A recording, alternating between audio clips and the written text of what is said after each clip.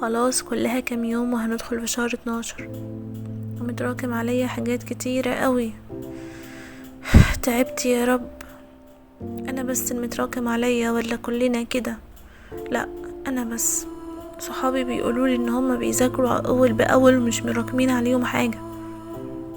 هو الظاهر ان انا فعلا فاشلة. هما فعلا كان معاهم حق. انا مش هجيب مجموع، انا اللي فاشلة. خلاص، اللي ذاكر ذاكر بقى، ما بدهاش. ايه كمية التشاؤم دي؟ ايه كمية الطاقة السلبية دي؟ لا لا لا، مش انت بس متراكم عليك، ومش انت بس اللي وراه كميات كبيرة لسه مخلصهاش. في فرق بين واحد بيذاكر وواحد بيذاكر. طول ما انت بتذاكر وبتفهم وخلاص، انا قدامي الدرس انا ذاكرته وفهمته وحليت عليه وطب فيه، انت كده بتذاكر.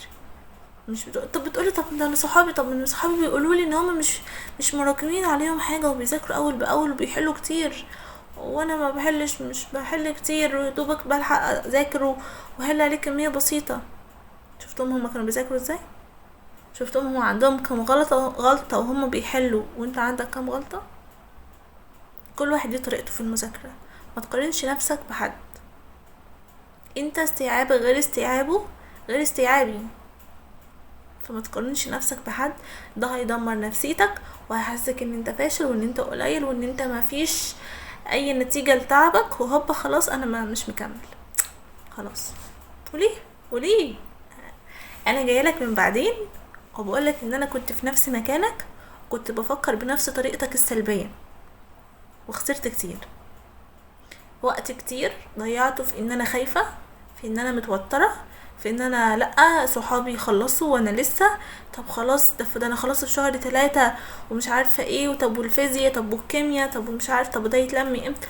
الوقت اللي انا ضيعته في ان انا خايفة وقلقانة، لو كنت ذاكرت فيه كان هيبقى افيد لي. بدل ما انت بتضيع في وقتك في الخوف والقلق، ربك كبير. ثانية، خوفك وقلقك هيقدم ولا هيأخر؟ هيغير حاجة؟ ابدا. بيضيع في وقتك وبدمر في نفسيتك وبس. يبقى ليه؟ انا في ايدي ايه؟ في ايدي ان انا بذاكر وبعمل اللي عليا وبدعي ربنا يا رب انت شايف وانا بعمل اللي عليا وبطلع كل طاقتي. انا مستني منك انت العوض. كلنا متراكم، كلكم متراكم عليكم. وبص، الاول كان بيقولك ان انا ما ذاكرتش وان انا ما ذاكرتش وان انا ما عملتش عشان ايه كده، لكن الموضوع ده بقى فاكس، ما بقاش ياكل عيش. دلوقتي التكنيك الجديد اللي هو لا انا ذاكرت وانا حليت وانا سويت. ليه؟ عشان انت ما حلتش وما عملتش وما سويتش، فانت تكتئب وتقول لا لا انا قليل، انا كده كده مش نافع، انا كده كده خلاص، ما صاحبي ده اشطر مني وصاحبي كده كده هيجيب اكتر مني وخلاص انا بقى ايه مش مذاكر. طب ليه؟ هما كده. وما تصدقش صحابك، سيبك من صحابك خالص، مفيش صحاب عند الدراسة والحكاية المجموع وكده. كله عايز يطلع الاول على الجمهورية. ما انا هطلع انا الاول، اطلعك انت ليه؟ طب ما انا في ايدي اطلع انا الاول، هتطلع ليه انت الاول؟ فما تصدقش حد، خليك في حالك، ليك طريقتك في المذاكرة، حاول تنظم وقتك وحاول على قد ما تقدر. عندك فرصة انك تجيب حاجة من المتراكم، روح هاتها.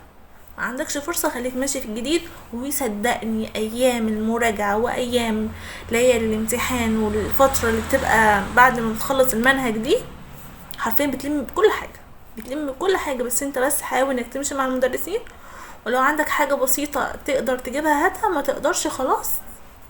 وصدقني ايام المراجعة هتلم كتير. اهم حاجة نقول تاني، نفسيتك تكون كويسة، افكارك تكون ايجابية، لان افكارك هتأثر على نفسيتك وعلى يومك. طول ما انت حاطط في دماغك ان انت فاشل وانت مش تنفع وانت صدقني ده اللي هيكون. فافكارك هي اللي بترسم مستقبلك، فخلي افكارك وردية.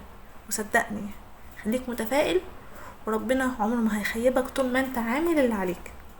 تمام؟ لو احتجتوا اي حاجة اكتبولي في الكومنتس وانا هرد عليكم.